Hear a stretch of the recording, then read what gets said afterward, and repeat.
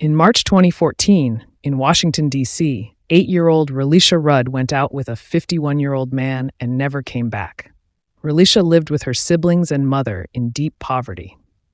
The family resided in the D.C. General Family Shelter, a facility notorious for its poor living conditions, overcrowding, and the housing of hundreds of children. Child Protective Services had received multiple reports accusing Relisha's mother of neglect and abuse. When authorities visited the shelter to investigate, they found that Relisha had physical injuries consistent with abuse. Additionally, it was discovered that the children were bathing themselves without supervision and were generally being neglected. Despite this troubling evidence, no legal action was taken against the mother. The situation at home was dire. Relisha and her siblings often went to school dirty and hungry. Amid these struggles, Relisha's mother formed a relationship with a 51-year-old janitor who worked at the shelter. He developed a close bond with the family, showing particular interest in Relisha. Over time, he began bringing gifts for the children and eventually asked Relisha's mother if he could take the young girl out with him. Her mother agreed, and he started taking Relisha on outings, spending more and more time with her. Eventually, Relisha was reported absent from school for 5 consecutive days. When school officials reached out to her mother, she claimed that Relisha was receiving medical treatment out of state, and that the man, the 51-year-old janitor, was acting as her doctor. When this suspicious claim was brought to the attention of authorities, an investigation was launched. They quickly realized that Relisha was missing and identified the janitor as the primary suspect in her disappearance. As the investigation intensified, police later discovered the janitor dead from a self-inflicted gunshot wound. Despite his death, there was still no trace of Relisha. What exactly happened to Relisha Rudd in the company of this 51-year-old man remains unknown. This is the haunting story of her disappearance. Relisha Rudd was born on October 29, 2005, in Washington, D.C., to Shamika Young and Irving Rudd. At the time, Shamika was only 19 years old, while Irving was 35. The two were dating but not married. Relisha was Shamika's first child and would go on to have 3 younger brothers. After her parents separated, Shamika began a new relationship with a man named Antonio when Relisha was just 2 years old. Together, Shamika and Antonio had 2 more children, and Relisha quickly adapted to her role as the eldest sibling, showing love and care toward her stepbrothers. She enjoyed activities like riding her bike and playing with them. She was especially fond of music and dancing, and she became very close to Antonio, even referring to him as her father. Relisha began school at Faribi, but after it closed, she transferred to Payne Elementary. She was an affectionate, energetic child with a vibrant personality. Her teachers described her as bright, ambitious, and consistently eager to learn. She was often smiling and brought joy to those around her. Outside the classroom, she was involved in Girl Scouts, cheerleading, and several after-school programs, ways to escape her troubling home life. She had a love for bright colors, especially pink and purple, and like many little girls, she dreamed of one day becoming a model or a singer. Despite her cheerful spirit, Relisha's home environment was marred by abuse and neglect, particularly from her mother. Her family had been stuck in a cycle of poverty for generations, consistently falling through societal safety nets. Shamika herself had grown up in a shelter and faced significant hardships. Raised in poverty, she entered the foster care system at age 6 and remained there until she was 18, experiencing constant instability. Soon after aging out, she gave birth to Relisha. In 2007, when Relisha was just 2, someone reported Shamika to Child Protective Services, CPS, for suspected abuse and neglect. When CPS visited, they noted that the home lacked adequate food and supervision, and Relisha had injuries suggestive of abuse. Still, no action was taken. In 2010, another report was filed after Shamika missed multiple medical appointments for a son who had undergone surgery. During a visit, CPS found the apartment in poor condition. Trash and cigarette butts littered the space, and the children were bathing unsupervised. Yet again, the children remained in the home. By that time, Shamika, Antonio, and their 4 children had been living in a subsidized apartment in Congress Heights since 2008. Although the housing was stable, Both adults struggled financially. Teachers noticed the children often arrived at school dirty and hungry. Relisha frequently asked to stay after school rather than return home. In 2012, despite subsidized rent, they were evicted. Antonio claimed he hadn't realized Shamika hadn't been paying the rent. After the eviction, Antonio's family allowed him and his 2 sons to stay with them, but Shamika and her children were not welcomed. She and her kids spent a night in a shelter before checking into a motel. Later, they moved into her sister Ashley's apartment, staying 3 months until the landlord demanded they leave due to overcrowding. With no stable housing options, Shamika was forced to bring her children to D.C. General Family Shelter in early 2013, a converted hospital notorious for its unsanitary, unsafe conditions and proximity to a jail and methadone clinic. Relisha despised the place, often calling it a trap house and faking asthma attacks while at school to avoid returning. She was happiest when she stayed with her grandmother or her Aunt Ashley. Despite their dire circumstances, Shamika posted upbeat content on social media, showing her children in new clothes and shoes, masking their reality. Meanwhile, Antonio had taken a job in Pennsylvania, leaving Shamika alone to care for the kids. In November 2013, CPS received another complaint. This time, a shelter worker reported physical and verbal abuse from Shamika, including claims she often left the children alone. Around this time, an employee at the shelter named Khalil Tatum took notice of the family. Tatum, then 51, originally worked in the kitchen before becoming a janitor. He was known for his friendly nature and generosity with the children, which helped him gain the trust of both kids and parents, including Shamika. Tatum began to offer the family extra food, but soon he focused his attention on Relisha. With Shamika's permission, he took Relisha on outings, to the park, movies, restaurants, and even Disney on Ice. He claimed she was friends with his granddaughter. Eventually, she began spending the night at his home.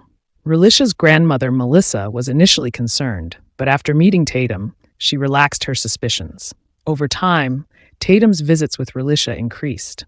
At first, he picked her up on weekends. Then he began taking her for days at a time. He even retrieved her from relatives' homes. By late February 2014, Relisha had disappeared, but it went unnoticed for weeks. On March 5th, a school social worker flagged her absence after 5 consecutive missed days. Shamika claimed Relisha was sick and under the care of Dr. Tatum. The social worker requested a note. A few days later, Melissa provided a letter and a phone number supposedly belonging to this doctor. When the social worker called, a man identifying himself as Dr. Tatum claimed he was treating Relisha for neurological issues and would soon discharge her. Though suspicious, the social worker initially believed the story. As he failed to receive documentation, he was instructed to visit the shelter in person. On March 19th, when he arrived and asked for Dr. Tatum, staff informed him that no such doctor existed, only a janitor by that name. Tatum had abruptly left work that day.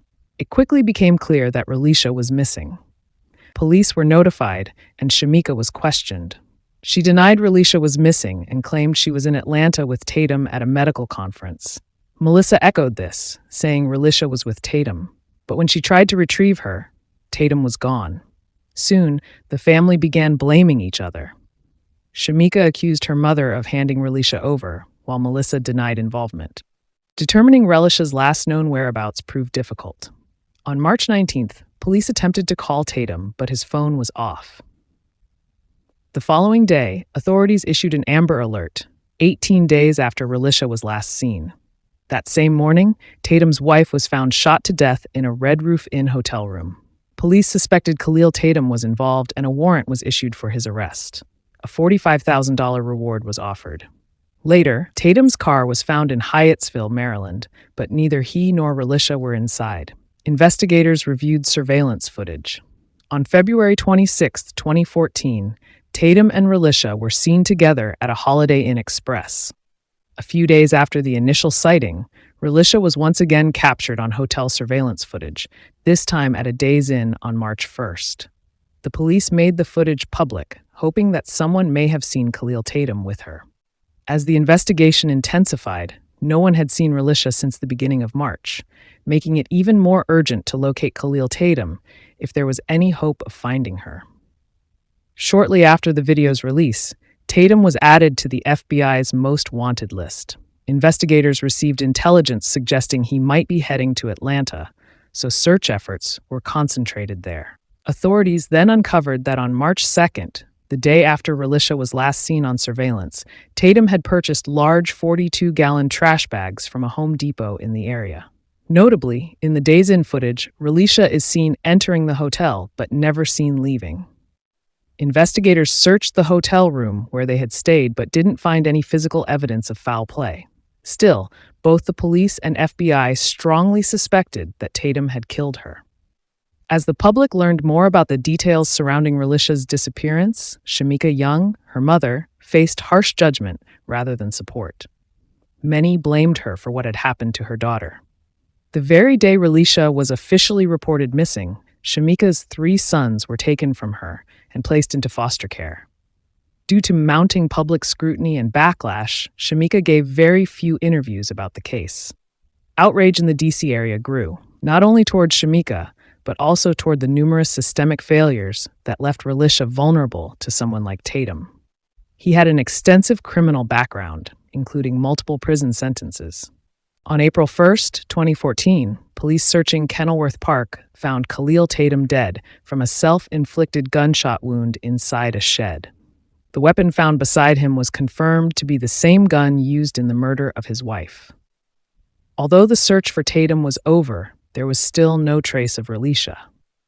Following his death, a grand jury reviewed the possibility of charging Shamika with obstruction of justice, since she had lied about her daughter being under the care of Dr. Tatum. However, no formal charges were brought against her. Investigators continued working leads in the hopes of discovering what had happened to Relishia. On April 4th, 2014, police released surveillance footage of a man they believed might have information about Relisha's whereabouts. They appealed to the public for help identifying him. 4 days later, detectives confirmed they had located and spoken to the man. He was cooperative, and no charges were filed against him. In the months that followed, the D.C. community did what they could to keep Relisha's case in the spotlight. Vigils, rallies, and public events were held in her honor. But as time went on, hopes of bringing her home began to fade. The tragedy also deepened tensions between Shamika and her mother, Melissa. Both women blamed each other for what had happened. Eventually, their conflict escalated to the point where Melissa filed for a protective order against Shamika, claiming she had been attacked. In 2015, Shamika officially lost custody of her sons, who remained in foster care. In response to the public outcry, city officials in D.C. conducted a full review of the circumstances surrounding Relisha's disappearance. The report acknowledged significant communication breakdowns between various agencies, but concluded that, even if everything had worked as intended, it would not have been enough to prevent what happened to Relishia. As a result, in 2018, the D.C. City Council announced plans to close the D.C. General Family Shelter, where Relishia and her family had lived, and replace it with 6 smaller shelters. Despite the announcement, the shelter did not officially close until 2019, and the replacement shelters still have not opened. The shelter, long criticized for poor living conditions, finally shut down in the wake of Relisha's disappearance. But even now, years later, no concrete leads have emerged to explain what truly happened to her. Some speculate that Tatum may have sold Relishia into human trafficking rather than killing her. In a rare televised interview, Shamika expressed that she finds it hard to believe Tatum killed her daughter. She continues to hold on to hope that Relishia is alive unless proven otherwise. To this day, the case remains an unsolved mystery. The one person who likely knew the truth, Khalil Tatum, took his secrets to the grave. As a result, the question of what really happened to Relisha Rudd remains painfully unanswered. Her body has never been found, and the FBI continues to offer a $25,000 reward for any information that leads to her discovery. The search for Relisha Rudd is still ongoing.